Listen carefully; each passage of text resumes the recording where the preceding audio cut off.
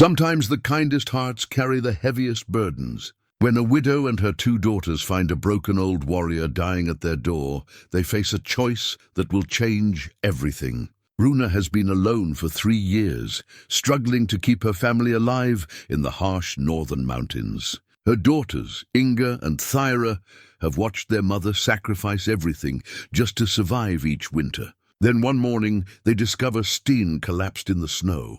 He was once a feared Viking warrior, but now he's just a forgotten old man with nowhere to go. They take him in without asking questions. As the snow traps them all together, something unexpected happens. The broken warrior begins to heal their broken home, teaching them to survive in ways they never knew. But when spring comes, will Sten's dangerous past destroy the family that saved him? Before we jump back in, tell us where you're tuning in from.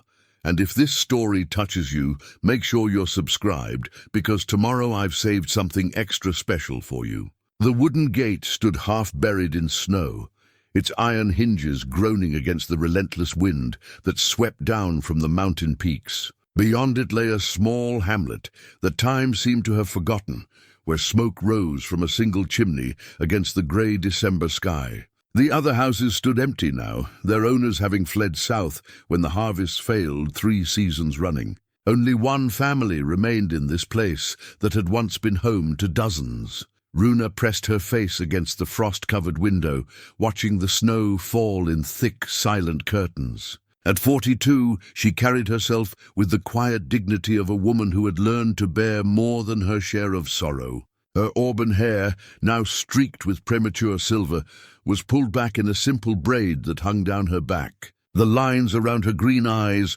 spoke of sleepless nights spent worrying about tomorrow's meal, next week's firewood, and whether they would see another spring. "Mother, the porridge is ready." Inga's voice carried the careful cheerfulness she had adopted since her father's death. At 24, she was the image of what Runa had been in her youth. But where Runa's face had grown gentle with time, Inga's features held a determined sharpness. She moved through their small home with purpose, her brown wool dress patched and repatched but still serviceable. Her hands, calloused from work that should have belonged to men, stirred the thin gruel that would serve as their morning meal. Thyra, 2 years younger than her sister, sat by the fire mending a tear in one of their few remaining blankets. Where Inga had inherited their father's practical nature, Thyra possessed their mother's gentle heart.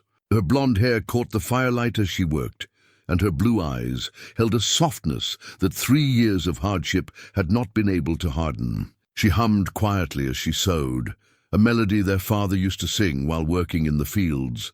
The small house creaked around them, its timber walls holding back the winter, but just barely. What had once been a comfortable home for a family of 4 now felt cavernous, with only 3 women to fill it. The main room served as kitchen, dining area, and gathering place, with a stone hearth dominating one wall and a heavy wooden table occupying the center.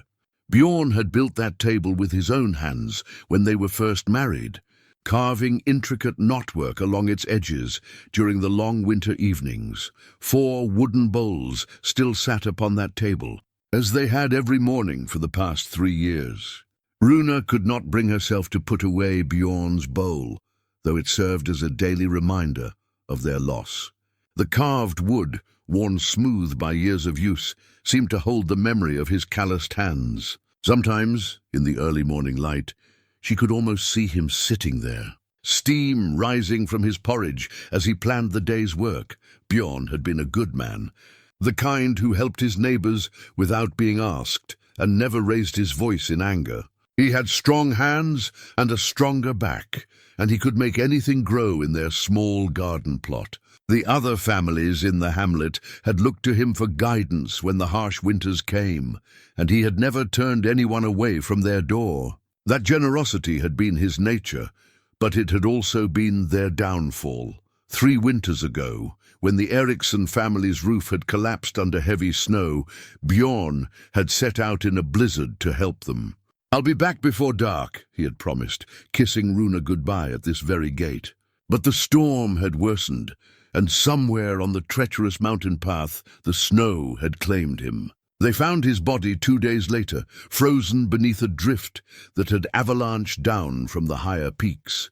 The grief had nearly broken them all. Inga had wanted to rage at the injustice of it, while Thyra had wept for weeks. But Runa had simply grown quiet, folding her sorrow inward like a letter she could not bear to read. The other families had offered help at first, bringing food and firewood, but as their own situations grew desperate, the visits had stopped. One by one, they had packed their belongings and headed south, seeking easier lives in the lowland villages. "Why don't we leave too?" Inga had asked more than once during that first terrible winter. "There's nothing keeping us here now." But Runa could not explain the hold this place had on her heart. Bjorn was buried in the small cemetery behind the chapel, beneath a stone marker she visited every week, regardless of weather. This house held 20 years of memories, from Inga's first steps across these floorboards to Thyra's laughter echoing from the loft where both girls had slept as children. To leave would mean abandoning not just their home, but the last tangible connection to the man who had made their family complete. So they had stayed, learning to survive on their own. Inga had taught herself to repair the roof and split firewood, her hands growing rough and strong. Thyra had become expert at stretching their meager supplies, making soup from bones and flour from roots when necessary. And Runa had learned to tend their small garden with the same devotion Bjorn had shown, coaxing vegetables from soil that seemed determined to remain barren.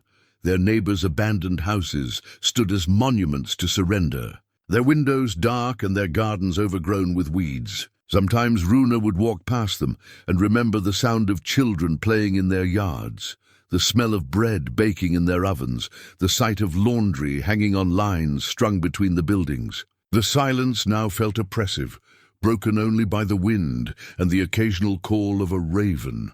The isolation had changed them in ways both subtle and profound.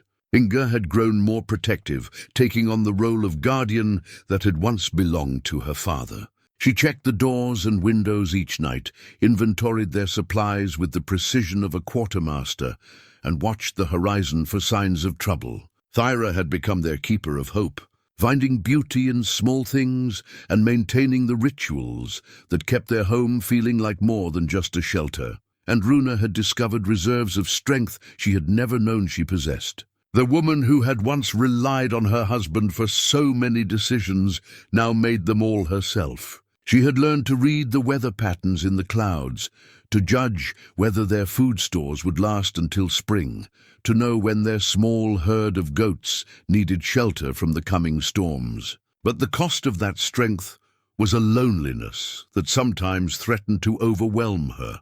Their conversations had grown shorter over the years, not from lack of love, but from the weight of unspoken worries. They moved around each other with the practiced efficiency of people who knew every gesture and expression. But sometimes Runa caught herself longing for the sound of a new voice, a different perspective, a fresh story to break the monotony of their careful survival.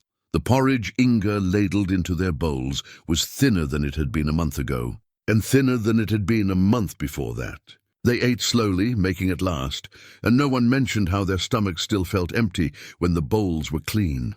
The goats gave less milk each week, and their stores of dried vegetables were running low, despite careful rationing. Spring seemed impossibly far away, and Runa found herself calculating their supplies each night before sleep, trying to make the numbers work out differently. Outside, the snow continued to fall with the relentless persistence that marked the deep winter months. The path to the village below had been impassable for weeks, cutting them off from even the possibility of trade or news. They were alone in their small pocket of the world, surrounded by white silence and the constant struggle to stay warm, fed, and alive until the seasons turned again. But for all their hardships, there remained something unbroken in this house. Love lived here still, in the way Thyra saved the best portions for her mother and sister, in how Inga worked herself to exhaustion to keep them safe, in the gentle way Runa tucked her daughters in each night, as if they were still small children. They had lost much, but they had not lost each other. And that knowledge sustained them through the darkest hours. As morning turned to afternoon, Runa found herself standing at the window again, watching the snow accumulate against their gate. Something stirred in her chest, a feeling she could not quite name. It was not hope exactly, but perhaps its distant cousin, a sense that their story was not yet finished, that somewhere in the white wilderness beyond their door, change was coming, whether they were ready for it or not. The scream that woke them came not from inside the house, but from beyond the walls, a sound so raw and desperate that it cut through the howling wind like a blade through cloth. Runa bolted upright in her bed, her heart hammering against her ribs as she strained to listen.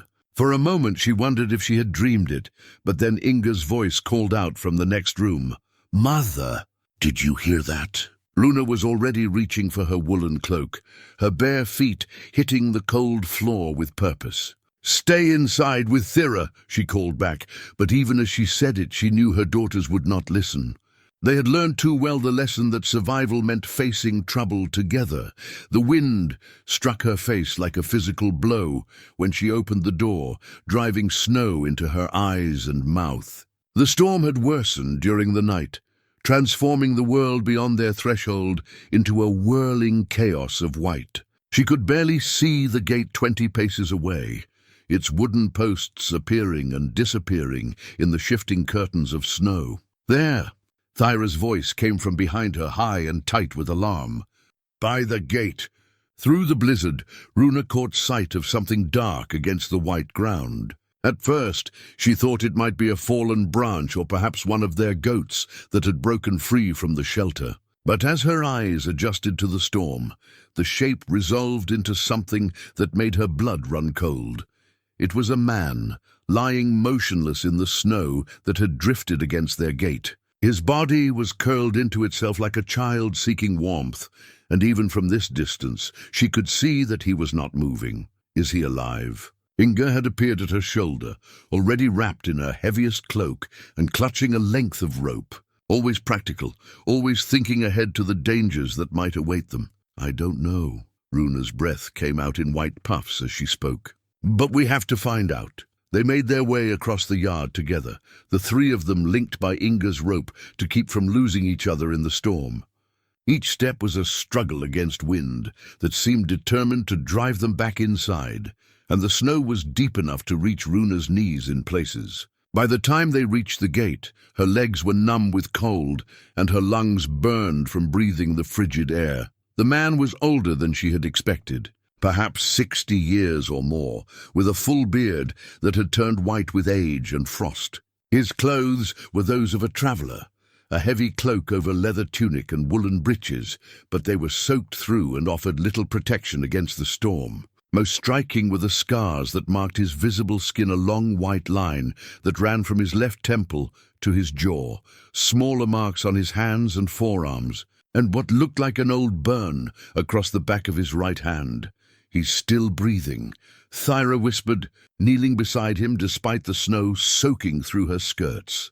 Her gentle nature would not allow her to maintain distance from suffering, even when wisdom might counsel caution. The man's breathing was shallow and irregular, his lips blue with cold. When Runa touched his forehead, his skin felt like ice beneath her fingers. He was unconscious, lost in the deep sleep that often preceded freezing to death. If they left him here, he would not see another sunrise.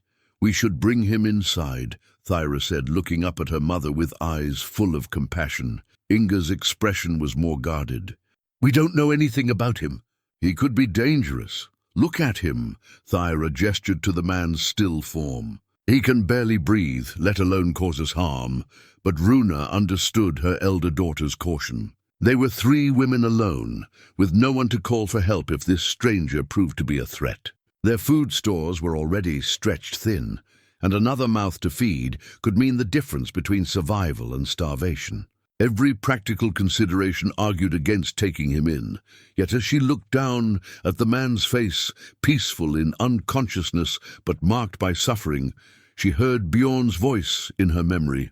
"Never turn away someone in need," he had told their daughters countless times. "We may not have much, but we always have enough to share. Help me lift him," she said. making the decision with her heart rather than her head. Together, they managed to get the stranger upright, though he remained unconscious throughout the process. He was heavier than his gaunt appearance suggested, and it took all three of them to half-carry, half-drag him through the snow to their door. By the time they got him inside, they were all exhausted and soaked through with melted snow. They laid him on the thick rug before the fire, and Runa sent Inga to fetch their warmest blankets, while Thyra began working to remove his wet clothes. The man's tunic bore stains that could have been mud or blood, and his boots were worn thin at the soles. He had the look of someone who had been traveling hard for many days, perhaps weeks. "Mother," Inga's voice was tight with concern as she returned with the blankets. "Look at this!" She held up a leather belt she had removed from the man's waist. Hanging from it was a knife unlike any Runa had ever seen, long and curved, with a blade that seemed to drink in the firelight. The handle was wrapped in leather that had been worn smooth by countless hands, and strange symbols were etched into the crossguard. "He's a warrior," Thyra breathed. Her eyes wide as she studied the weapon. "Was a warrior," Inga corrected, but her tone remained wary. "The question is what kind, and what he's done." As if summoned by their voices, the man stirred.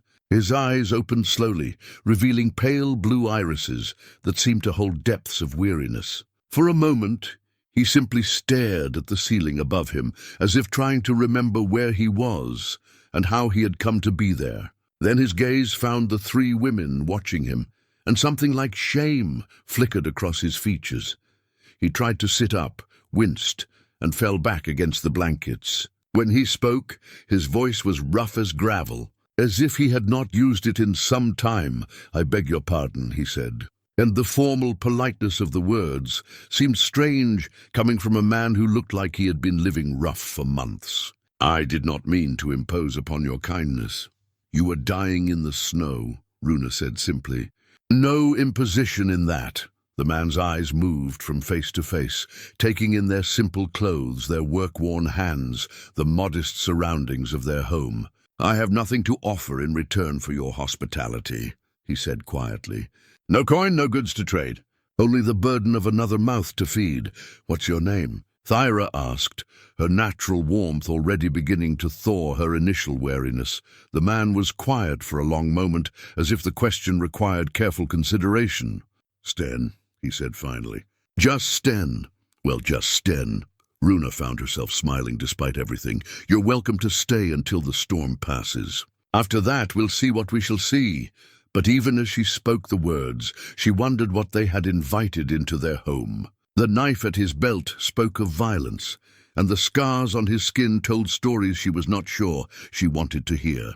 Yet something in his eyes, a bone-deep weariness that went beyond physical exhaustion, reminded her of her own reflection in the months after Bjorn's death. Outside, the storm continued to rage, sealing them all together in the small house that had become their world. Three women who had learned to live with loss, and one mysterious man whose past remained locked behind eyes that had seen too much. The fire crackled in the hearth, casting dancing shadows on the walls, and Runa found herself wondering if this moment marked the end of their careful isolation, or the beginning of something she could not yet name. Change had come to their door in the form of a half-frozen stranger, and there would be no turning back from whatever followed.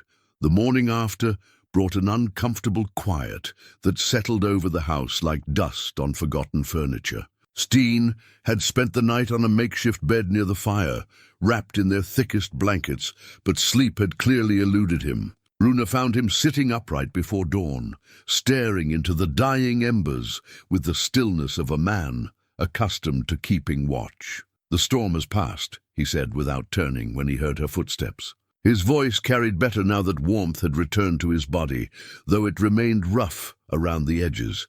Through the window, Runa could see he was right. The wind had died to gentle whispers, and pale morning light filtered through clouds that no longer churned with fury. Snow lay deep and pristine across their small world, transforming familiar shapes into soft, white mysteries. "You're feeling better then?" she asked, settling into her usual chair at the table. The routine of mourning felt strange with this stranger present, as if they were all actors who had forgotten their lines. Sten nodded slowly. "Thanks to your kindness." He turned to look at her then, and she was struck again by the weariness in his pale eyes. "I should leave today. I've imposed long enough. Where will you go?" The question came from Thyra, who had appeared at the bottom of the ladder that led to the sleeping loft. Her blonde hair was tousled from sleep, and she moved with the careful quietness of someone trying not to wake others. Sten's hands, resting on his knees, clenched slightly. "South, most likely. Away from the mountains before the next storm comes. On foot? In this snow?" Inga's voice carried skepticism as she descended from the loft behind her sister. Unlike Thyra, she had dressed fully before coming downstairs, as if she did not trust their guest enough to appear vulnerable even in sleep clothes. "I've traveled in worse conditions." "Maybe," Inga said, moving to stoke the fire. "But not in your current state. You can barely sit upright without swaying," it was true. Despite his attempts to appear strong, Sten's movements were careful and deliberate, like those of a man fighting against weakness. The night's warmth had restored color to his face, but it had also revealed how gaunt he had become. His cheeks were hollow, his clothes hanging loose on a frame that had once been much broader. Runa found herself studying the scars that marked his visible skin.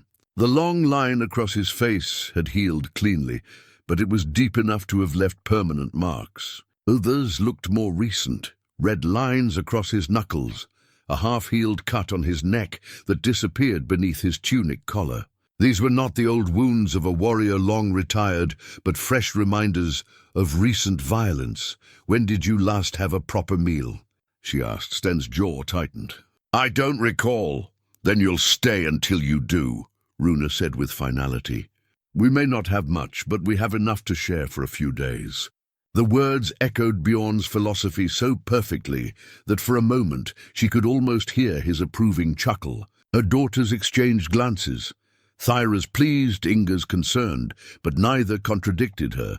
As the day progressed, an awkward rhythm developed. Sten insisted on helping despite his obvious weakness, rising to carry firewood or mend a broken shutter hinge. His hands, scarred though they were, moved with the confidence of someone accustomed to useful work. But his efforts were punctuated by moments when he would stop and grip something solid, breathing carefully until dizziness passed. Thyra, with her natural warmth, began to draw him into conversation. She asked about his travels, the places he had seen, the weather in the lowlands. Sten answered politely but briefly, offering facts without stories, descriptions without details. It was clear he was practiced at revealing nothing of substance while appearing cooperative.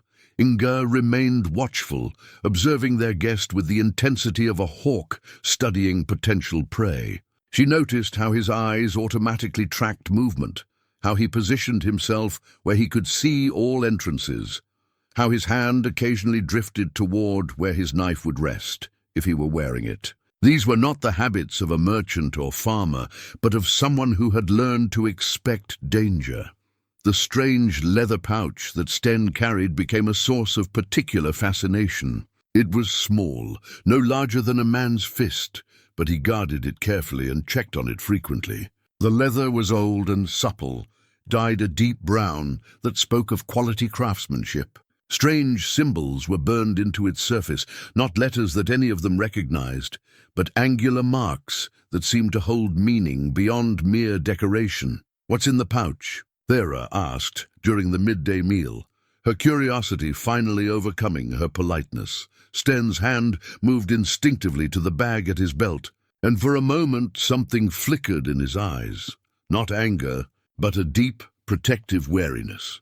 "Personal items," he said carefully. "Nothing of value to anyone else. Magic charms." Thyra pressed with the innocent boldness of youth. "Something like that." Runa caught the way Inga's eyes narrowed at the evasive answer. Her elder daughter had inherited Bjorn's ability to read people, and clearly she sensed deception in Sten's response. But before Inga could voice her suspicions, a commotion outside drew their attention. Through the window, they could see their small herd of goats milling about in agitation near their shelter.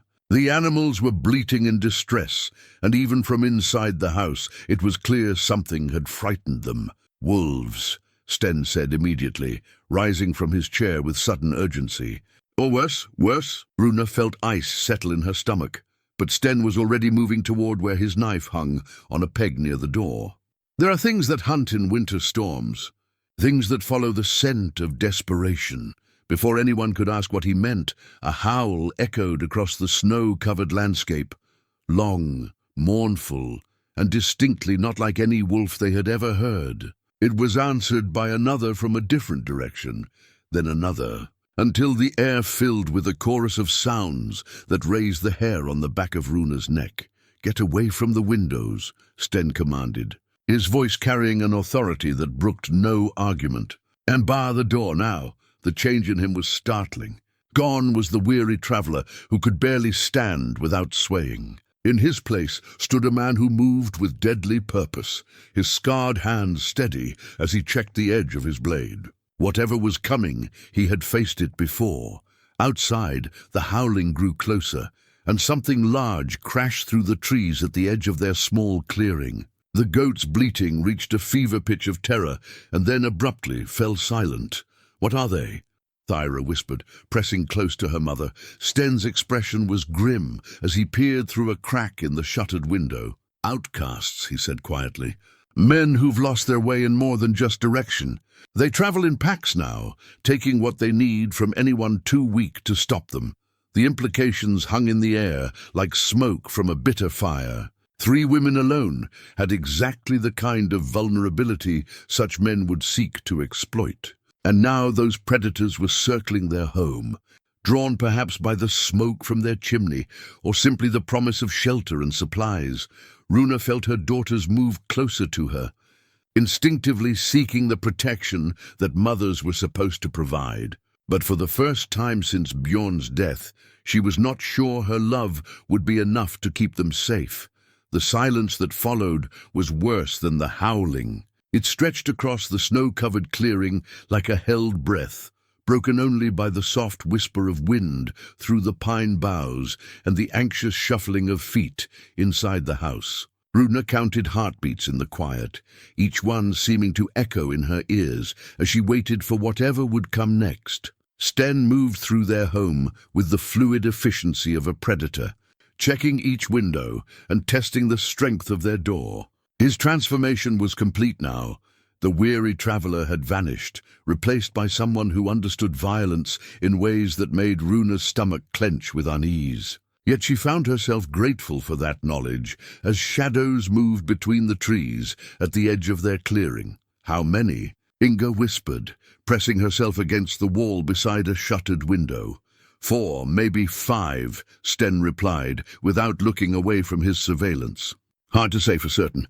They're being careful, which means they've done this before." Thyra clutched her mother's arm. "What do they want?"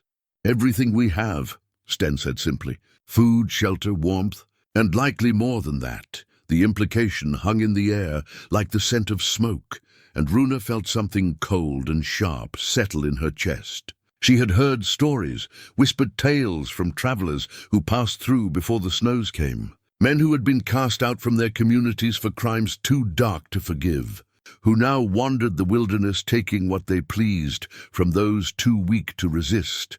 A shadow passed in front of the window, close enough that they could hear footsteps crunching through the snow. Then came the sound of someone testing the goat shelter's door, followed by low voices speaking in tones too quiet to make out words, but clear in their intent. "They'll check the animals first," Sten murmured, positioning himself where he could see multiple approaches to the house. "See what's worth taking. Then they'll decide how much resistance they expect." "We should hide," Thyra breathed. "Where?" Inga's practicality cut through fear like a blade. "This isn't a castle with secret passages. They know we're here. They can see the smoke from our fire." Sten glanced at them then, his pale eyes taking in their frightened faces with something that might have been sympathy. "They'll try to talk first," he said. Make it seem reasonable. Claim they're just travelers looking for shelter, maybe. They want to get close before they show their true intentions, as if summoned by his words. A voice called out from the yard, jovial and friendly, with the practiced warmth of a merchant greeting customers. "Hello, the house. We're travelers seeking shelter from the storm. Surely good folk like yourselves wouldn't turn away weary men in need." Runa felt her daughters look to her for guidance, but it was Sten who answered, his voice carrying clearly through the heavy door. "The storm has passed, friends. Clear roads to the south if you're looking to travel." A pause, then laughter, too loud and lasting too long to be genuine. "Ah, but the snow is deep and our feet are tired. We saw your smoke and hoped for a warm fire and perhaps a hot meal." "We have coin to pay. Show it," Sten called back. Another pause, longer this time. When the voice came again, some of the false friendliness had leaked out of it. "Now, friend, that's hardly the way to treat fellow Christians in need. Surely your womenfolk have taught you better manners than that." The mention of womenfolk sent ice through Runa's veins. It was a threat wrapped in courtesy, a way of letting them know that their watchers had been observing long enough to understand the household's composition. Sten's hand tightened on his knife. "I'm sure they have food and shelter waiting in the village below," he replied. "Safe travels to you." The pretense dropped like a discarded mask. "We're not going anywhere, old man." "And neither are you." Footsteps moved around the house now, no longer attempting stealth. Through the gaps in the shutters, Runa caught glimpses of moving figures, men in patched cloaks and worn furs, their faces lean with hunger and hard with purpose. One carried a rusty sword, another an axe that had seen better days. They moved with the confidence of pack hunters who had cornered their prey. "How long can we hold them off?" Inga asked, her voice steady despite the circumstances. "Depends on how determined they are," Sten replied. "And how patient. But this door won't stop them if they really want in." A heavy thud echoed through the house as someone tested the door's strength. The wooden bar groaned but held. Another thud, harder this time, and dust drifted down from the ceiling beams.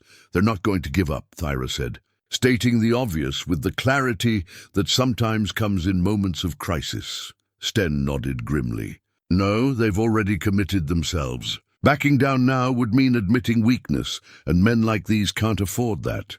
The iron pendant that hung around Sten's neck caught the firelight as he moved, and Runa found herself staring at it. She had noticed it before, but assumed it was simply jewelry or perhaps a religious symbol. Now, seeing it in this light, she realized it was something else entirely. The metal was dark with age and wear, and carved into its surface was the image of a raven in flight. Its wings spread wide and its beak open as if crying out.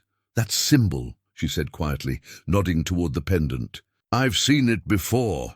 Sten's hand moved instinctively to cover the pendant, but not before Inga caught sight of it as well. Recognition flickered in her eyes, followed immediately by alarm. "You're one of them," Inga breathed. "One of Ragnar's men." The name hung in the air like a curse. Even here, in their isolated mountain hamlet, they had heard stories of Ragnar the Bloody and his failed rebellion against the king, tales of burned villages and slaughtered garrisons, of a war that had torn the kingdom apart before ending in defeat and exile for those who had followed the rebel lord. Sten neither confirmed nor denied the accusation, but his silence was answer enough. The raven pendant, mark of Ragnar's personal guard, identified him as one of the most wanted men in the kingdom. A man whose head would earn a fortune in gold for whoever delivered it to the king's justice. "That's why they found us," Thyra whispered in horror. "They're not just bandits, they're bounty hunters." Outside, the testing of their defenses had stopped. In the sudden quiet, they could hear voices conferring in urgent whispers. Plans being made, approaches being discussed, fates being decided. "I should leave," Sten said quietly. "Draw them away from you, in your condition." Runa found herself shaking her head. "You'd be dead before you reached the tree line. Better me than all of us." But even as he spoke, they all knew it was too late for noble sacrifices. The men outside had seen the household, knew its composition, understood its vulnerabilities. Whether Sten left or stayed, they would not simply disappear into the wilderness. The fire popped in the hearth, sending sparks up the chimney, and somewhere in the distance a raven called out across the snow. The sound seemed to mock them, as if even the birds understood how precarious their situation had become. The attack came without warning, a sudden splintering crash as an axe bit deep into their front door. Wood chips flew inward, and through the gap, Runa could see a bearded face contorted with savage glee. The careful pretense of civilization had been abandoned, replaced by the raw hunger of predators who had finally decided to feed. "Get back," Sten commanded, pushing Thyra away from the door as another blow shook the frame. The wooden bar groaned under the assault, its iron brackets beginning to bend from the repeated impacts. Inga had grabbed the poker from beside the fireplace, holding it like a sword, despite never having wielded a weapon in her life.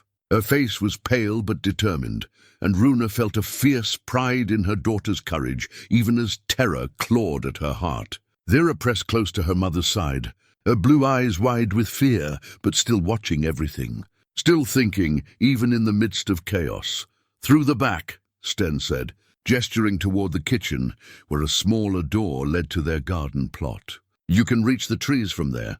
What about you?" Runa asked, though she already knew the answer from the set of his shoulders. "Someone has to slow them down." The front door shuddered under another blow, and this time the sound of splitting wood was clearly audible. They had perhaps minutes before the barrier gave way entirely, but as they moved toward the back of the house, shouts from outside made them freeze. More voices, coming from the direction Sten had hoped would be their escape route. The bounty hunters had been thorough in their planning, positioning men to cover all possible exits. "Clever," Sten muttered, respect and resignation mingling in his voice. "They've done this before." A new voice called out from the yard, older and more authoritative than the others. "Sten Grimson, we know you're in there. Come out peacefully, and we'll make it quick for you and the women." The use of his full name sent a chill through the room. These men knew exactly who they were hunting, and the promise of a quick death held no comfort when spoken by those who had clearly come prepared for violence. "Grimson," Inga repeated quietly. "Grim's son. I know that name." Sten's face had gone stone still. "My father died in the rebellion," he said simply, "along with my brothers and most of my friends. But you survived, unfortunately." The bitter self-recrimination in his voice spoke of guilt that went deeper than simple survivor's remorse. Here was a man who carried the weight of failure, who wore his dishonor like a hair shirt beneath his skin. Another crash echoed through the house, and this time the doorframe cracked visibly. Splinters of wood scattered across the floor, and cold air began to whistle through the growing gaps. "There's something you should know," Sten said suddenly, his hand moving to the leather pouch at his belt. "About why they want me alive." His fingers worked at the pouch's drawstring with practiced efficiency, and when it opened, he withdrew something that made all three women gasp.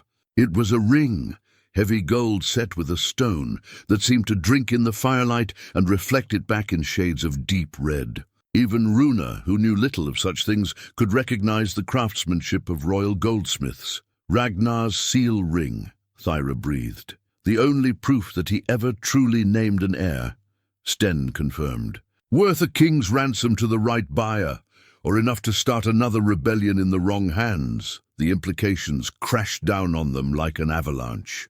They were not merely harboring a fugitive, they were sheltering the keeper of a symbol that could reshape the kingdom's future.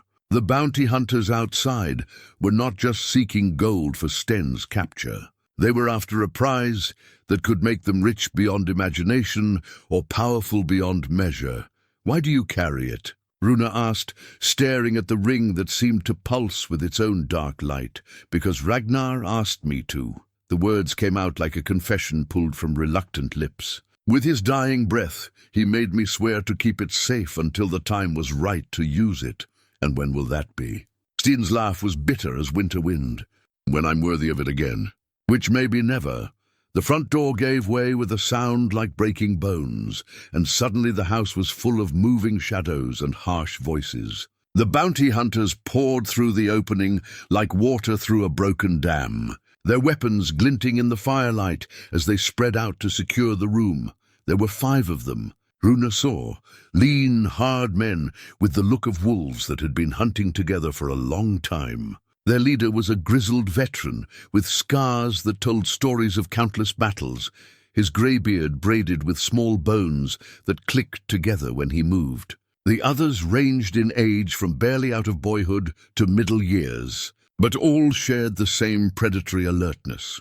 "Well now," the leader said, his voice carrying the casual authority of a man accustomed to being obeyed. "Sten Grimson himself, you've led us quite a chase through these mountains." Sten had positioned himself between the intruders and the 3 women, his knife held low and ready. But even Runa could see the hopelessness of his situation. One man, weakened by hunger and exposure, against 5 who were fresh and well-armed. "Let them go, Bjorn," Sten said, and Runa started at hearing her dead husband's name from this stranger's lips. "Your quarrel is with me." The leader, Bjorn, if that was indeed his name, smiled without warmth. But that's where you're wrong, old friend. These good women have been harboring a traitor to the crown. That makes them accomplices. They didn't know who I was, didn't they?" Bjorn's eyes moved to study Runa and her daughters with the calculating gaze of a merchant evaluating merchandise. "Hard to say for certain. Might need to question them thoroughly to be sure." The threat in his words was unmistakable, and Runa felt her daughters press closer to her sides. But beneath her fear, something else was growing. A cold anger at these men who had invaded her home and threatened her children. She had lost her husband to the mountain's cruelty. She would not lose her daughters to man's evil. "There's no need for that," she said, her voice steadier than she felt. "We found him half dead in the snow. Any Christian would have done the same." "Christian charity," Bjorn mused.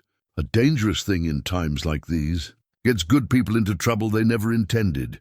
His eyes had fixed on the ring still clutched in Sten's hand, and his expression shifted from casual menace to hungry acquisition. Here was the real prize, the treasure that would make this long hunt worthwhile.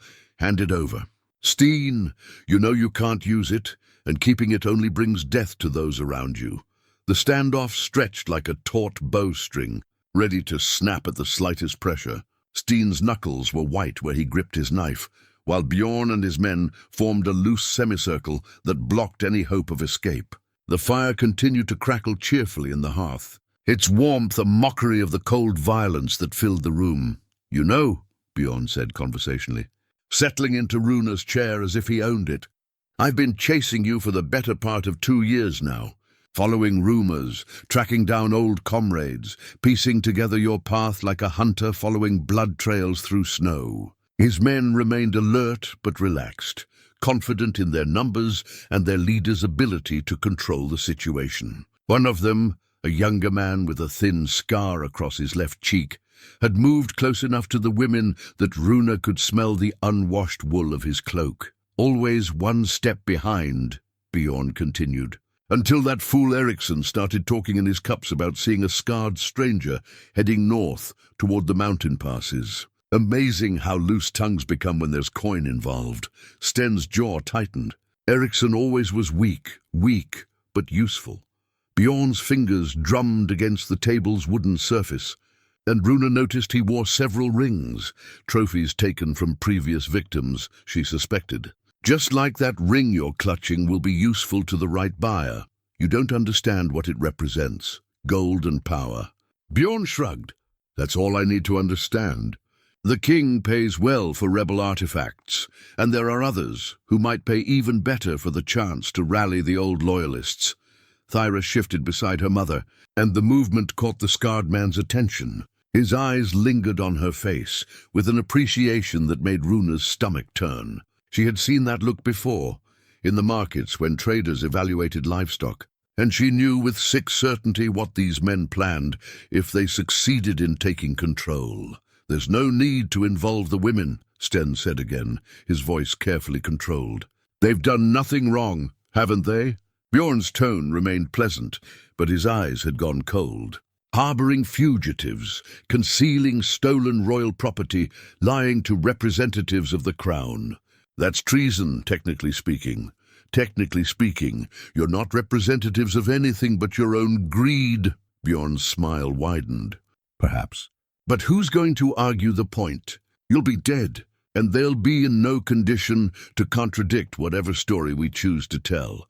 The casual cruelty of it, the way he discussed their fates as if they were already decided, sent ice through Runa's veins. But beneath the fear, something else stirred. She thought of Bjorn, her Bjorn, and how he had died trying to help others. She thought of the countless evenings he had told their daughters that strength meant protecting those who could not protect themselves. "My husband used to say," she began quietly, "that a man's true character shows not in how he treats his equals, but in how he treats those weaker than himself." Bjorn turned his attention to her, eyebrows raised with mock interest.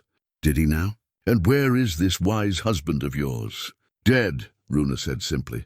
"Killed trying to help neighbors in need. But he died with honor, which is more than you'll manage." The bounty hunter's expression darkened. "Careful, woman. I'm feeling generous today, but that could change quickly." Inga stepped forward slightly, the poker still gripped in her white-knuckled hands. "You want to threaten someone? Threaten me. Leave my mother alone." "And me," Thyra added, her voice small but steady. "We're not afraid of you." It was a lie. Runa could feel her daughters trembling, but it was a brave lie, and she had never been prouder of them than in that moment. They were standing together, facing the darkness as a family, just as Bjorn would have wanted.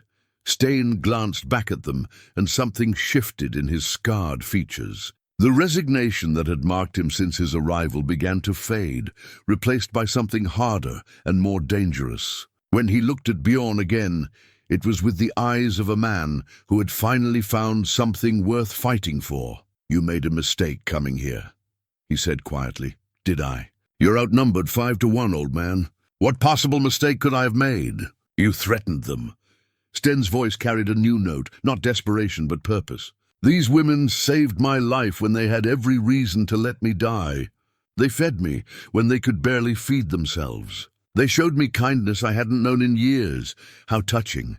And you want to hurt them for it." The temperature in the room seemed to drop as Sten spoke. "That's something I cannot allow."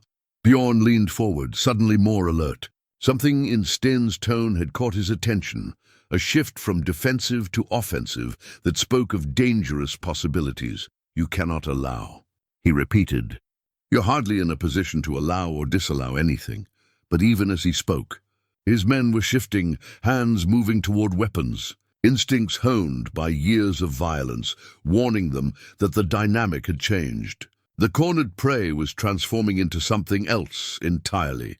Sten's free hand moved to the small of his back, and when it emerged it held a second knife, smaller than the first, but wickedly sharp and perfectly balanced for throwing. Runa realized with a start that they had never searched him thoroughly, had trusted to his weakness and their overwhelming numbers. "I was captain of Ragnar's personal guard," Sten said, his voice carrying the authority of command that had once moved armies. "I earned this ring through blood and steel, and I kept it safe through 2 years of running and hiding. Did you really think I would give it up to carrion like you?" The ancient battle axe that hung above their fireplace seemed to pulse with significance in the flickering light. It had belonged to Bjorn's grandfather, a relic of older, simpler times, when right and wrong were decided by strength of arm rather than cunning of tongue. The iron blade was pitted with age, but still sharp, its handle worn smooth by generations of hands. Bjorn's eyes flicked to the weapon, then back to Sten, calculations running behind his gaze. "Even if you reach it, you're still 1 against 5. "Maybe," Sten acknowledged, "but you'll be the first to die, and your men know it. The question is whether they're loyal enough to avenge you or smart enough to run." The scarred man beside Thyra shifted nervously, and Runa saw doubt flicker across his features. These were bounty hunters, not soldiers. They followed Bjorn for profit, not loyalty, and dying for gold seemed considerably less appealing when death became a real possibility. The moment balanced on a knife's edge, and then everything exploded into motion. Sten moved with a speed that belied his weakened condition, his throwing knife spinning through the air toward Bjorn's throat. But the bounty hunter was no amateur. He threw himself sideways, the blade whistling past his ear to embed itself in the wooden wall behind him. Chaos erupted in the small room. The scarred man lunged for Thyra, but Inga was there first, the poker catching him across the temple with a sound like a breaking branch. He stumbled, blood streaming down his face, and Thyra darted away toward the far corner where shadows offered scant protection. Sten rolled toward the fireplace, his hand reaching for the ancient battle-axe. But two of Bjorn's men were already moving to intercept him. Steel rang against steel as his remaining knife met a sword blade, sparks flying in the firelight. The confined space worked against the attackers. They couldn't surround him without getting in each other's way. Runa pressed herself against the wall, her heart hammering as she watched violence unfold in her peaceful home. The room that had known only gentle conversations and quiet meals was suddenly full of grunting men and flashing weapons. A table crashed over, scattering bowls and cups across the floor. The carved wooden bowl, Bjorn's bowl, shattered against the stone hearth, its fragments scattered like pieces of her heart. But even as terror gripped her, Runa's mind was working. These men had made a crucial error in their planning. They had assumed that overwhelming numbers would guarantee victory, but they had not accounted for the confined space or the desperation of cornered prey. More importantly, they had underestimated what Sten had become in this house. The old warrior fought with the fluid grace of someone who had spent decades perfecting the art of violence. His knife work was economical and deadly, each movement calculated to maximum effect. He ducked under a wild swing, opened a man's throat with surgical precision, then spun away from the falling body to engage the next threat. But there were still too many of them, and Sten was tiring quickly. The brief burst of energy that had carried him through the first moments of combat was already fading, and Runa could see the tremor in his sword arm that spoke of muscles pushed beyond their limits. That was when she noticed the smoke. It was faint at first, barely visible in the chaos of the fight, but it was growing stronger. Grey tendrils were curling up from behind the overturned table, and the acrid smell of burning cloth began to fill the air. In the violence, someone had kicked embers from the fireplace onto the scattered rushes that covered the floor. "Fire!" she shouted, but her voice was lost in the clash of weapons and the grunts of struggling men. The flames spread quickly, feeding on the dry rushes and the spilled oil from a broken lamp. What had started as a few glowing coals was rapidly becoming a serious blaze, and the smoke was beginning to thicken. Soon it would become impossible to see, and then impossible to breathe. Bjorn saw the danger at the same moment Runa did. His face, already flushed with exertion, went pale as he realized that his careful ambush was turning into a death trap. "Back!" he shouted to his remaining men. "Everyone out!" But the retreat was not as simple as the advance had been. Sten, cornered and desperate, had no intention of letting his enemies escape to regroup. He positioned himself between the bounty hunters and the door, the ancient battle-axe finally in his hands. The weapon seemed to transform him, no longer the broken fugitive they had captured, but something from the old stories, a figure of legend brought to terrible life. The axe swept in great killing arcs, its iron blade singing through the smoke-filled air.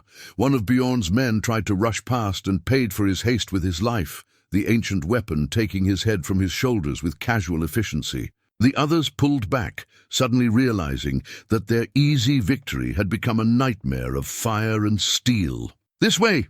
Thyra called from beside the kitchen door. She had managed to work the bar loose, and cold air was rushing in from outside, briefly clearing some of the smoke. But even as she opened their escape route, Runa realized with sick certainty that they would never all make it out in time. The fire was spreading too quickly, feeding on decades of accumulated dust and oil. The wooden walls themselves were beginning to smolder, and the heat was becoming unbearable. Soon the entire structure would be consumed, taking everyone inside with it. That was when Sten made his choice. Instead of fighting toward the door, he turned and began hacking at the burning timbers with his axe, not trying to escape, but trying. to bring down a section of the burning roof in a controlled collapse that would block the bounty hunters' advance while creating a gap for the women to escape. "What are you doing?" Bjorn screamed over the roar of flames. "What I should have done years ago," Sten replied, his voice carrying clearly despite the chaos. "Choosing who deserves to live." The heavy silver armband around Sten's upper arm caught.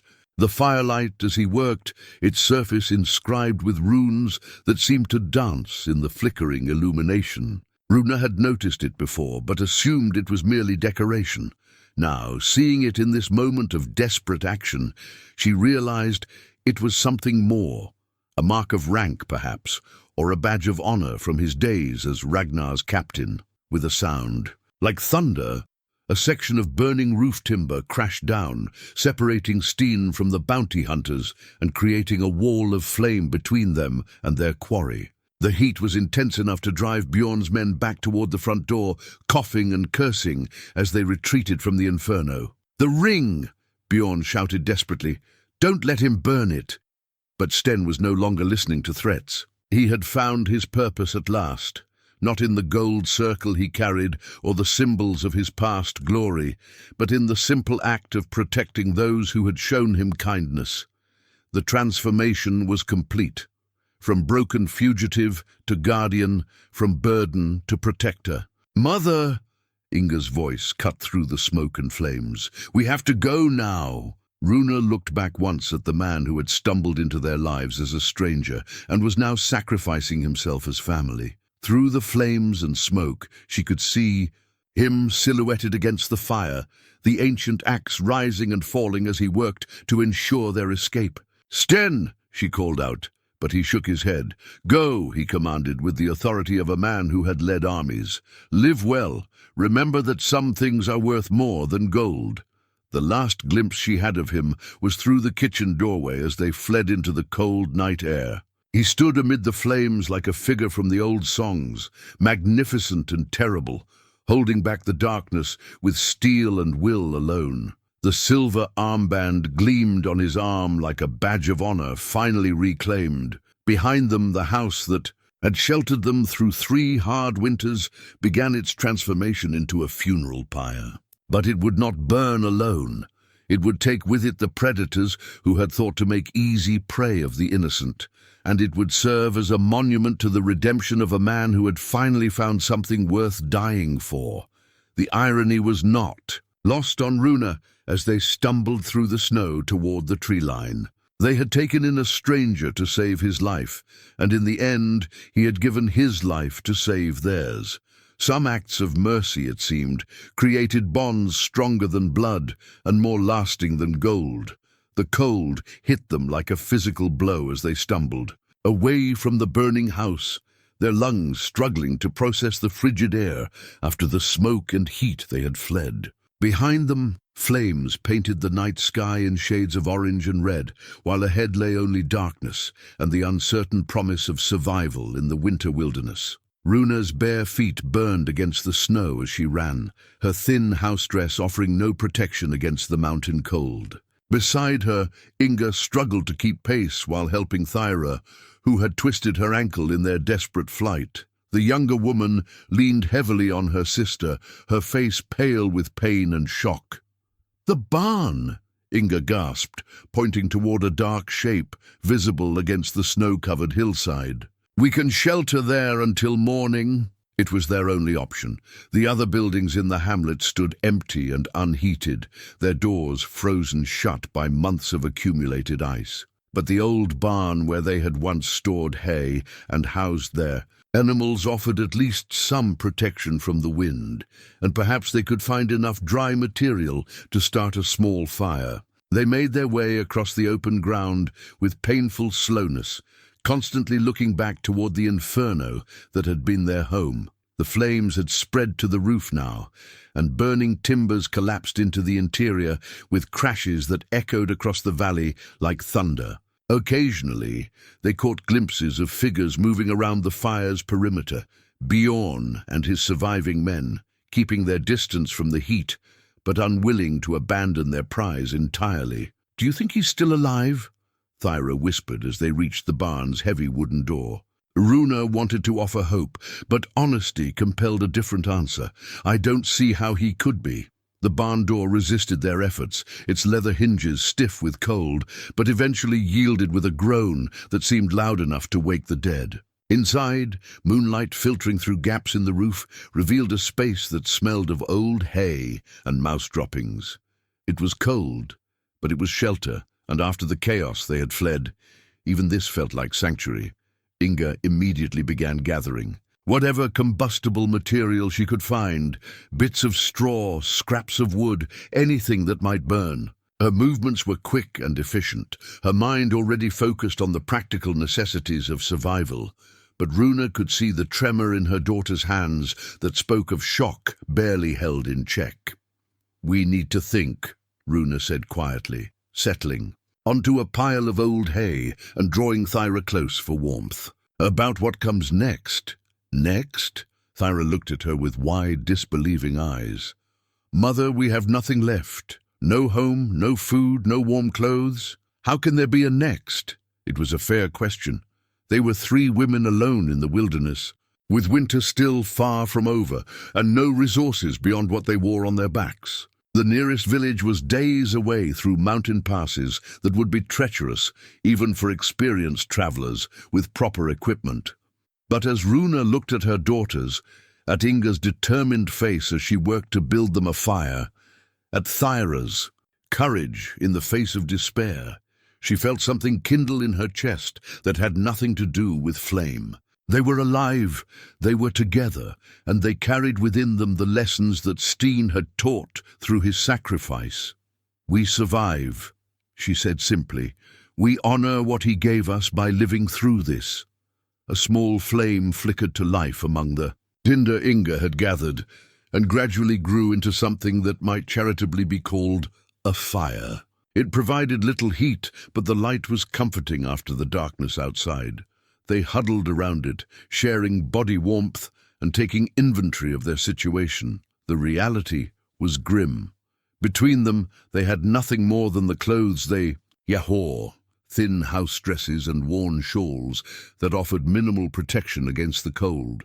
No food, no water except what they could melt from snow, and no weapons, save for a few pieces of broken pottery that Inga had snatched up during their flight. "The bounty hunters," Thyra said suddenly. "They're still out there, through the gaps." In the barn walls, they could see the glow of the fire that marked their former home. Occasionally, shadows moved against the light, men who had come seeking gold and found only death and flame. But they had not simply disappeared into the night. They were waiting, watching, planning their next move. "They won't give up easily," Inga observed.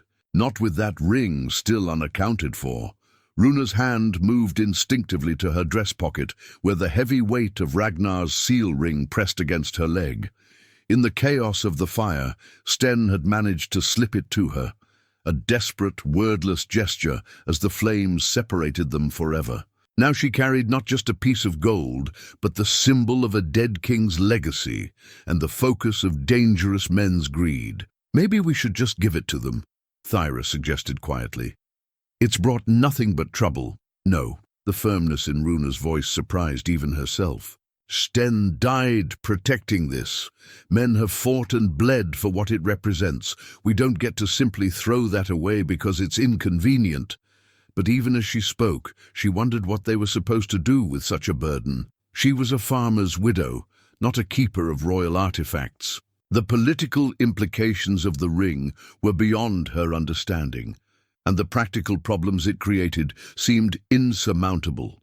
A sound from outside made them all freeze, footsteps crunching through snow, moving with the careful stealth of hunters. The bounty hunters had not been content to wait for dawn. They were searching the outbuildings, following the logical assumption that their quarry would seek the nearest available shelter. Inga immediately moved to douse their small fire, plunging the barn back into darkness. They pressed themselves against the far wall, hardly daring to breathe as the footsteps circled the building. Through a crack between the boards, Runa could see a figure silhouetted against the distant flames, one of Bjorn's men. Moving with predatory patience. "Check the barn," a voice called from the direction of the house. Bjorn himself, still alive despite the inferno that had claimed his companions. They can't have gone far in this cold. The barn door creaked as someone tested it, and for a terrifying moment, Runa thought their pursuer would force his way inside. But the heavy wooden portal had swollen in its frame, and their earlier struggle to open it had apparently convinced the searcher that it was securely barred from within. "Nothing here," the man called back. "Doors sealed tight. Keep looking." Bjorn's voice carried clearly in the cold air. "They're out here somewhere, and that ring is with them." The footsteps moved away, but the threat remained. Sooner or later the bounty hunters would conduct a more thorough search, and the barn would not remain hidden forever. They needed a plan that went beyond simply hiding and hoping. "The old mine shaft," Inga whispered suddenly. "The one Father showed us when we were children. It's only a few 100 yards up the slope, and they'd never think to look there." Runa remembered the place, an abandoned excavation from decades past, when men had still hoped to find silver in these mountains. The entrance was well concealed by fallen rocks and overgrown brush, and the initial chamber was deep enough to offer protection from both weather and searching eyes. But reaching it would require crossing open ground under the nose of armed men who wanted them dead. And even if they succeeded, what then? They could not hide in a mine shaft forever, and the bounty hunters showed no signs of giving up their hunt. Still, it was better than waiting in the barn to be discovered. At least in the mine, they would have some control over their circumstances. They could plan, prepare, perhaps even find a way to turn their knowledge of the local terrain against their pursuers. "There's something else," Runa said quietly, making a decision that surprised her with its boldness. "Something we need to consider." Her daughters looked at her expectantly, and she felt the weight of leadership settling on her shoulders like a familiar cloak. For 3 years, she had been the head of their small family, making the decisions that kept them alive. Now, in the most desperate circumstances they had ever faced, that responsibility had never felt heavier or more necessary. "These men killed Sten," she continued, her voice growing stronger with each word. "They burned our home. They would have done worse to us if given the chance. Running and hiding may keep us alive for a while, but it won't stop them from doing the same to others." "What are you suggesting?" Inga asked, though her tone suggested she already knew. "I'm suggesting that sometimes the only way to deal with predators is to become something they're not prepared to face." The ancient hunting spear that leaned against the barn's far wall caught what little light filtered through the roof. It had belonged to Bjorn's grandfather, like the axe in their former home, and while its iron point was pitted with rust, the shaft remained solid. More importantly, it represented a connection to older, simpler times when justice was a matter of personal action rather than distant authority. "Mother," Thyra said carefully. "We're not warriors." "No," Runa agreed, "but we're not helpless either. And we have something they want badly enough to kill for. That gives us power if we're brave enough to use it." Outside, the flames continued to consume what remained of their former life, but in the darkness of the barn, something new was being born. Not just a plan for survival, but a transformation from prey into something far more dangerous, women with nothing left to lose except their lives, and everything to gain by taking back control of their fate. Dawn came grey and bitter, painting the snow-covered landscape in shades of ash and iron. From their hiding place in the mine shaft, Runa and her daughters watched the bounty hunters emerge from the ruins of their former home, like scavengers picking through bones. Bjorn and 2 surviving men, the fire had claimed the others, along with Sten and everything the family had once called theirs. The mine entrance was exactly as Runa remembered from childhood. Explorations, a narrow opening half concealed by fallen rocks and twisted mountain pine. Inside, the first chamber opened into a space large enough for several people, though the air carried the musty scent of decades and the faint metallic tang of old workings. Most importantly, it was invisible from below, and the approaching footsteps of their pursuers would echo clearly off the stone walls. "They're coming up the slope," Inga whispered. peering through a gap between the concealing rocks. Her breath formed white clouds in the frigid air, and her fingers were already numb, despite being tucked inside her sleeves. Runa gripped the ancient hunting spear tighter, feeling its weight and balance. The weapon felt alien in her hands. She had never held anything more dangerous than a kitchen knife, but necessity had a way of making the impossible seem merely difficult. Beside her, Thyra clutched a length of broken timber they had found in the mine, its splintered end sharp enough to serve as a crude club. "Remember what we discussed," Runa said quietly. "Let them come to us. Make them fight on ground we choose." It was a plan born of desperation rather than military wisdom, but it was the only chance they had. The mine entrance was narrow enough that the bounty hunters could only approach one at a time, negating their numerical advantage. More importantly, they knew this ground, while their enemies did not. The sound of boots on stone announced their pursuers' arrival at the mine opening. Bjorn's voice carried clearly in the thin mountain air, harsh with frustration and cold. "Fresh tracks," he said to his companions, "leading right up to these rocks. Could be animals," one of his men suggested without much conviction. "Animals don't wear house slippers and leave blood trails from cut feet." Bjorn replied grimly, "They're in there somewhere." A shadow moved across the entrance as someone began examining the concealed opening. Runa held her breath, knowing that discovery was now inevitable. The only question was whether they could make their pursuers pay dearly for finding them. "Here," another voice called. "There's an opening behind these stones." The sound of rocks being moved echoed through the mine shaft, each scraping impact like a hammer blow against Runa's nerves. Her daughters pressed close on either side, their breathing quick and shallow with fear.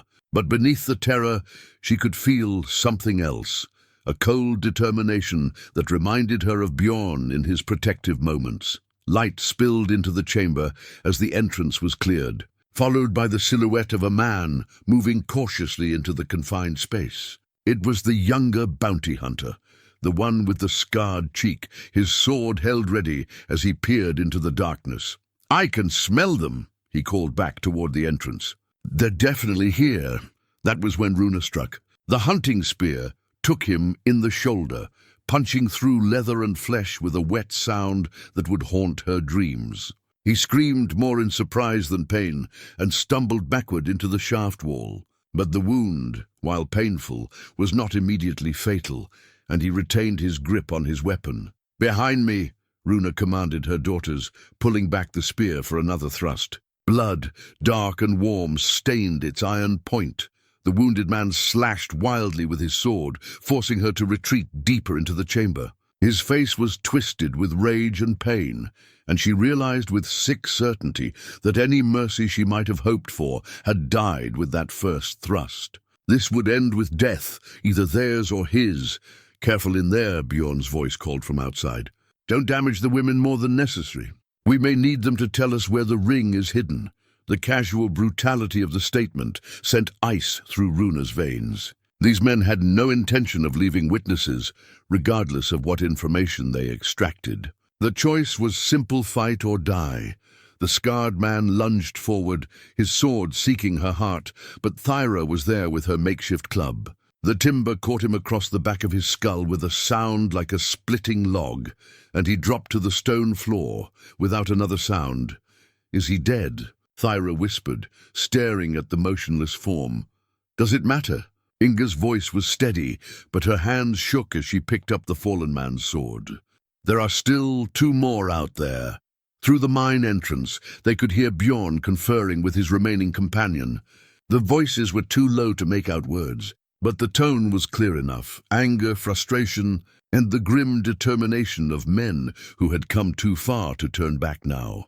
The curved dagger that lay beside the dead bounty hunter seemed to gleam with its own malevolent light. Its blade was notched from use, and the leather-wrapped handle bore the stains of old blood. This was a killer's weapon, designed for close work in dark places, and its presence in the mine shaft seemed to change the very air around it. The silence that followed stretched like a bowstring drawn to its breaking point. Outside the mine, Bjorn and his remaining companion whispered urgent consultations, while inside, 3 women stood over their first kill and wondered what they had become. The transformation felt sudden and complete. One moment they had been victims, fleeing into the darkness. And now they were predators, waiting in their lair. "They're going to try smoking us out," Inga said quietly, examining the mine shaft's dimensions with new eyes. "Block the entrance and wait for us to suffocate, or they'll try fire," Thyra added, her voice steadier now that action had replaced anticipation. "Force us out into the open where they have the advantage." But Runa was studying the dead man's equipment with the calculating gaze of someone who had learned to waste nothing. His sword was better than anything they had possessed before, and his leather belt held a small pouch that might contain useful items. More importantly, his absence would change the dynamic of what came next. "They don't know how many of us there are," she realized, "or whether we're armed. For all they know, we could have 12 men in here." The ancient bronze medallion that hung around the dead bounty hunter's neck caught her attention. A disc bearing the image of a wolf's head, worn smooth by years of handling. It was clearly a token of some significance, perhaps marking membership in a brotherhood of killers, or simply a good luck charm that had finally failed its owner. "Mother," Inga said urgently.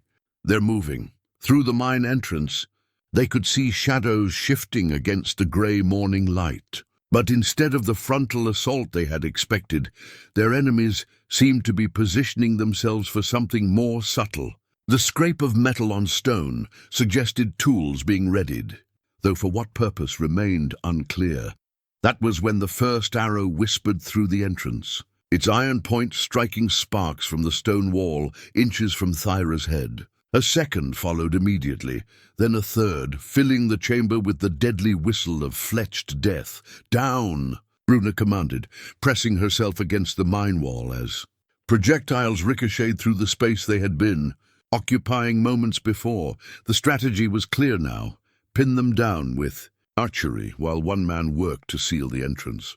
They could hear rocks being moved, heavy stones scraped across the opening to create an airtight barrier. Soon the arrows stopped, replaced by the more ominous sound of systematic construction. "We're being buried alive," Thyra breathed, watching their window to the outside world grow smaller with each stone. But Runa's mind was working differently now, shaped by desperation into something approaching cunning. The mine was more than just a single chamber. She remembered exploring deeper passages as a child, following tunnels that had been carved in pursuit of veins that had never materialized. Most importantly, she recalled a secondary entrance, little more than a crack in the mountainside, that emerged higher up the slope. "This way," she whispered, leading her daughters deeper into the darkness. The tunnels beyond the main chamber were narrow and treacherous, carved by men who had valued speed over safety. They crawled through passages barely wide enough for their shoulders, guided by memory and the faint current of air that suggested an opening somewhere ahead. Behind them, the sound of construction continued as their enemies sealed what they believed to be the only exit. The secondary entrance was exactly where Runa remembered, a vertical crack in the rock face that emerged behind a screen of twisted pine. It was invisible from below and positioned perfectly to overlook the main mine opening where Bjorn and his companion worked to complete their deadly trap.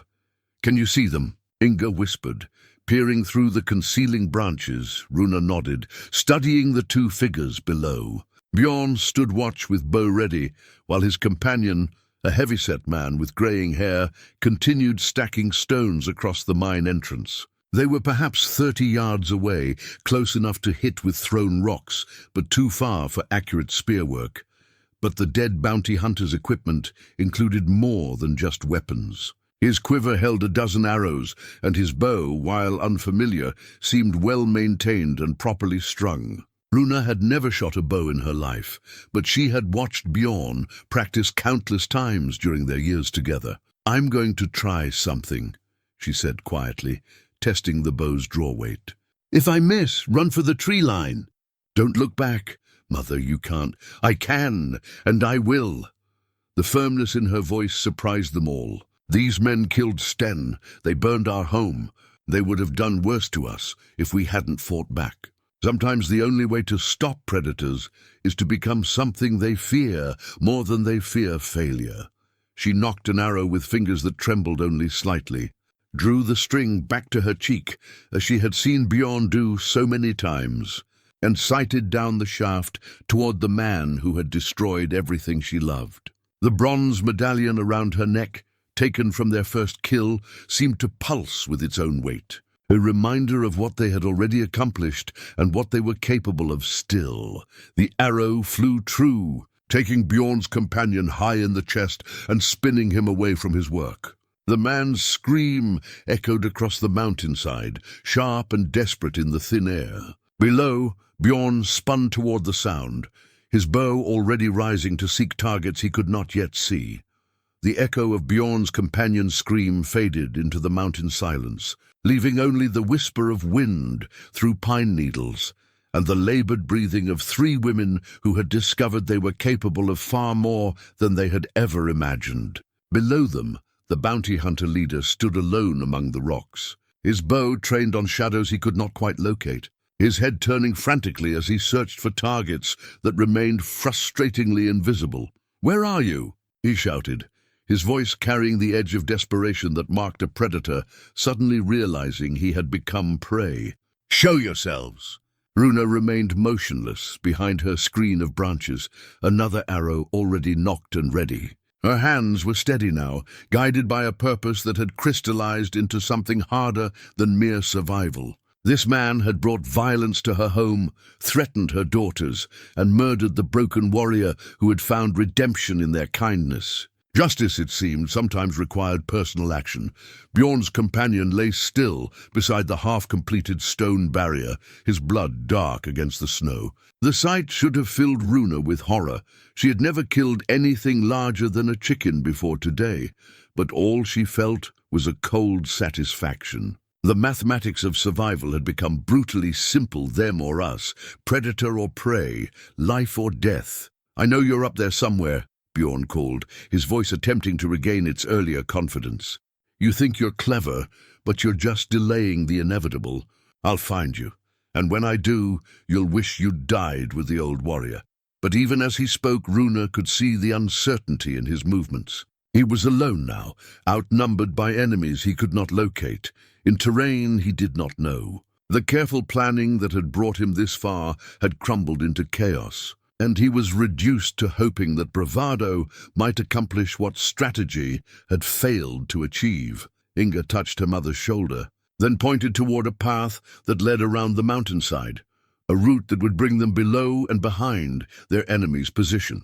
It was risky, requiring them to cross open ground where they might be spotted, but it would also place them where they could not miss. Runa nodded, understanding. They made their way carefully through the concealing pines, moving with the patience that 3 years of mountain life had taught them. Every step was deliberate, every movement calculated to avoid betraying their position. Below them, Bjorn continued his futile search, occasionally loosing arrows at shadows that proved to be nothing more than wind-moved branches. The final approach required them to crawl across bare stone, using the contours of the mountainside to remain hidden. When they finally reached their new position, they were less than 20 yards from their target, close enough to see the sweat on his brow despite the frigid air. "Bjorn," Runa called quietly, her voice carrying clearly in the thin atmosphere. The bounty hunter spun toward the sound, his bow already drawing back. But he was facing the wrong direction, still expecting them to emerge from the mine entrance rather than from behind his own position. "I'm going to give you one chance," Runa continued, rising slowly from concealment with her borrowed bow held ready. "Walk away. Leave these mountains and never return." Bjorn laughed, though the sound held no humor. "Generous of you considering your situation, but I'm afraid I can't accept. That ring represents more gold than you could spend in 3 lifetimes, and I've come too far to leave empty-handed." "Then you'll die here," Runa said simply. "Like your companions, like all predators who mistake mercy for weakness." For a moment, they faced each other across the snow-covered slope, a grizzled veteran of countless hunts and a farmer's widow who had learned to fight only when everything she loved was threatened. The contrast should have been laughable, but there was nothing amusing about the tension that stretched between them like a wire about to snap. Bjorn moved first, his arrow seeking Runa's heart with the precision of long practice. But Inga was already in motion, tackling her mother aside as the projectile whispered through the space she had occupied moments before. They rolled together across the rocky ground, struggling to regain their footing as Bjorn reached for another shaft. Thyra appeared behind him like a spirit of vengeance, the curved dagger from their first kill gleaming in her hand. She struck without hesitation, the blade finding the gap between his ribs with surgical precision. Bjorn's second arrow went wide, his bow falling from nerveless fingers as he dropped to his knees in the snow. "For Sten," Thyra said quietly, her young face marked by a sorrow that would never entirely fade. "And for all the others you would have hurt." The bounty hunter looked up at her with eyes that seemed genuinely surprised. Perhaps in his final moments, he was finally understanding that his victims were more than just obstacles to be overcome. They were people with their own capacity for love, loss and terrible justice. "The ring," he whispered, blood frothing at his lips. "Where?" But his question remained forever unanswered, as life left him there among the stones and snow. The thin leather cord that had bound his hair throughout the long hunt lay coiled beside his body like a discarded snake. It was a simple thing, unremarkable in every way, except for its connection to a life now ended. Yet it served as a final reminder that even the most dangerous predators were, in the end, merely mortal. They stood together in the aftermath. Three women who had discovered reserves of strength they had never known they possessed. The mountain's silence felt different now, not oppressive but peaceful. The immediate threat was over, but larger questions remained. Where would they go? How would they live? What did the future hold for a family that had lost everything except each other? "We'll manage," Runa said, as if reading her daughter's thoughts. "We always have." She reached into her dress pocket and withdrew Ragnar's seal ring, its gold surface catching the weak mountain sunlight. "The symbol of kingship and rebellion, of power and responsibility, of causes that men would die for and others would kill to possess. What do we do with it?" Inga asked. Runa considered the question, weighing the ring's significance against their immediate needs. Then, with deliberate care, she walked to the edge of a deep crevice in the rock face and dropped the golden circle into its depths. The soft sound of its impact echoed briefly, then faded into silence. "Some burdens," she said quietly, "are too heavy for simple people to carry." They walked away from that place together, three survivors, heading south toward uncertain but hopeful futures. Behind them, the mountains kept their secrets, and somewhere far below, a king's ring waited in darkness for history to call it forth again. But that would be another story for another time, told by other voices. Some acts of mercy, Runa reflected, as they made their way toward the lowlands, created bonds stronger than gold and more lasting than empires. They had saved a stranger's life, and in return had learned what they themselves were capable of when everything that mattered was at stake. It was, perhaps, the most valuable treasure of all.